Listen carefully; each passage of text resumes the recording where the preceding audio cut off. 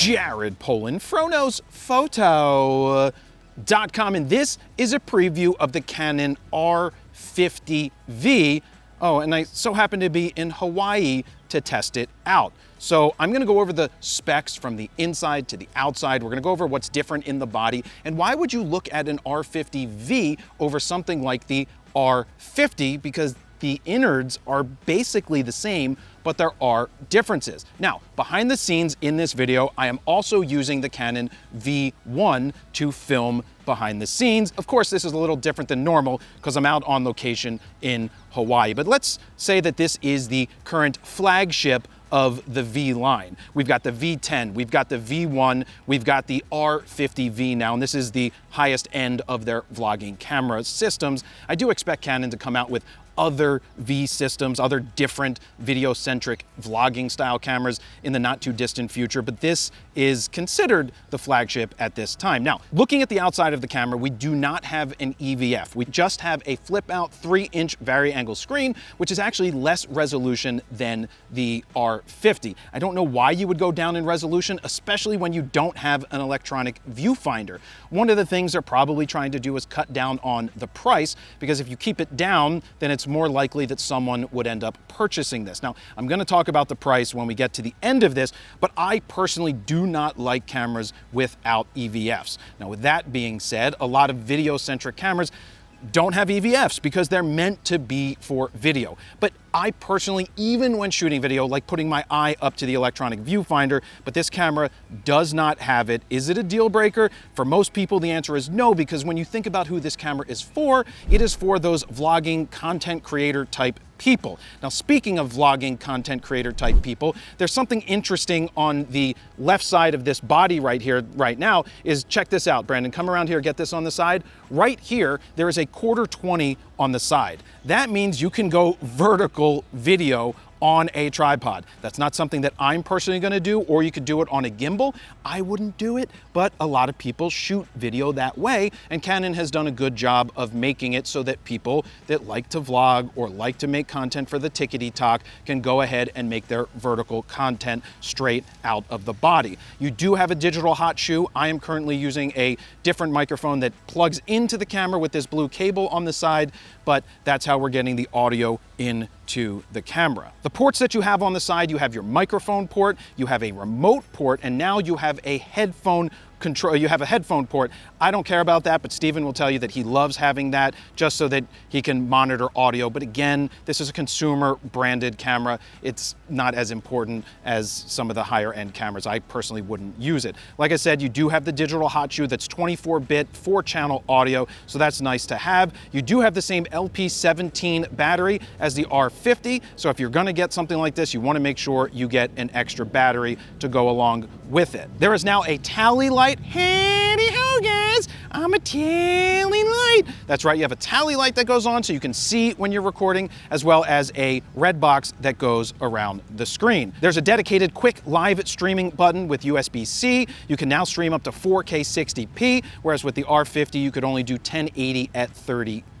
Now, in terms of lenses, I am currently using the brand new 14-30, which gives you a 22 to 48 millimeter equivalent. It's an f4 to 6.3. It does have IS. It is an STM motor, which are those stepping motors, and it is a PZ lens, which means it is power zooming when I rotate the ring, and that lens is going to set you back $330 by itself. Now, let's get to the inside. You have a Digic X processor with dual pixel AF2, which is the same that you find in the R6 Mark II, so you know you're getting great autofocus. The same 24 megapixel APS-C sensor as the R50, the same exact. It is not image stabilized. You do not have image stabilization in here, and the reason you don't have that built in is because price. You want to keep the price down. That's why it does not have that. Now, new here, you have cropped 4K 60p, which is an option. Right now, I'm not sure how much it actually crops. I haven't had a lot of time to work with the camera, but you are seeing the video, which we are shooting 4K at 23:9:8 to give us that cinematic look. You can now record in 10-bit 422 in H.265 or H.264 without needing to be in log, just like with the R5 Mark II, as well as as the Cinema cameras. You also now have C-Log 3 and other custom picture profiles from the Cinema series, which is why this is a vloggy style camera, and you have some of the higher end features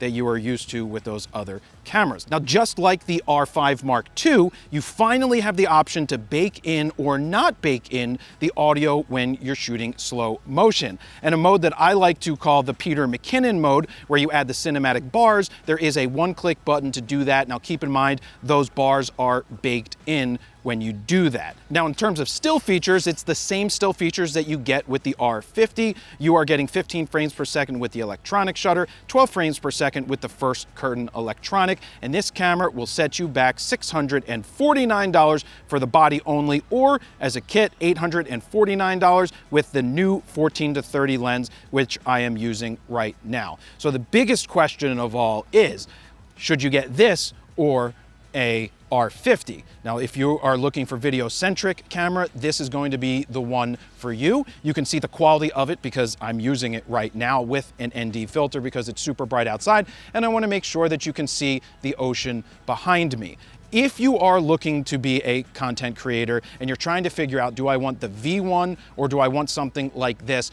I personally want something that has interchangeable lenses so I can change and put whatever I want on it and just have better glass and not be locked in to one simple system. For the price, this isn't bad at all. I'm not buying this as a stills camera. I would look for this as that content creator type thing, the vloggy style thing. Just make sure you put good glass on it. And if you are going to be a content creator, please make sure you get good audio. You need microphones. Canon has some ones that go right into the digital hot shoe, which means you don't need to use the cable on the side like I am using currently. But this, again, is just a preview. Behind the scenes, we had Brandon right here. He's working out with the V1, and we have Troy over there rocking an iPhone just to give us a little more extra video. But hey, I'm in Hawaii, so this is different than normal. I hope you guys like it. Let me know what you think down below. Is this the type of camera you're gonna get? I think Canon did a pretty good job with the price.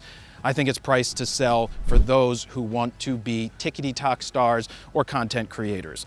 I'm already a content creator. I'm already influential, so I don't need it. But I wouldn't kick it out of bed. I just wish it had an EVF. Jared Polin, FroKnowsPhoto.com. See ya.